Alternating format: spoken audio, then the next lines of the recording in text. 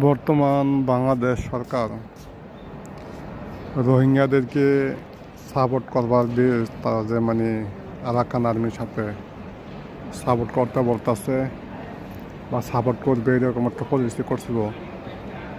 সে policy কতটুকু সফল হয়েছে জানি না, তবে রোহিঙ্গা আছে যে রোহিঙ্গাদের মাধ্যমে একটা আতঙ্ক সৃষ্টি হয়েছে, ওদের মধ্যে একটা বিদ্রোহী গোষ্ঠী সৃষ্টি হয়ে গেছে যে আমাদেরকে পুনর্বাসন করবে, আমাদেরকে পুনর্বাসন করবার গিয়ে হয়তো তারা আরাকান আর্মির সাথে কন্ট্যাক্ট করে তাদেরকে কীভাবে সহযোগিতা করবে, কীভাবে করবে, কিন্তু আমাদের নাম বেচা সেই জন্য তারা এটা চায় না।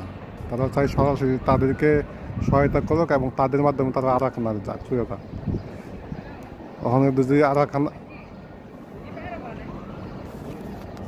ওরা কখনোই এটা থেকে খুশি না।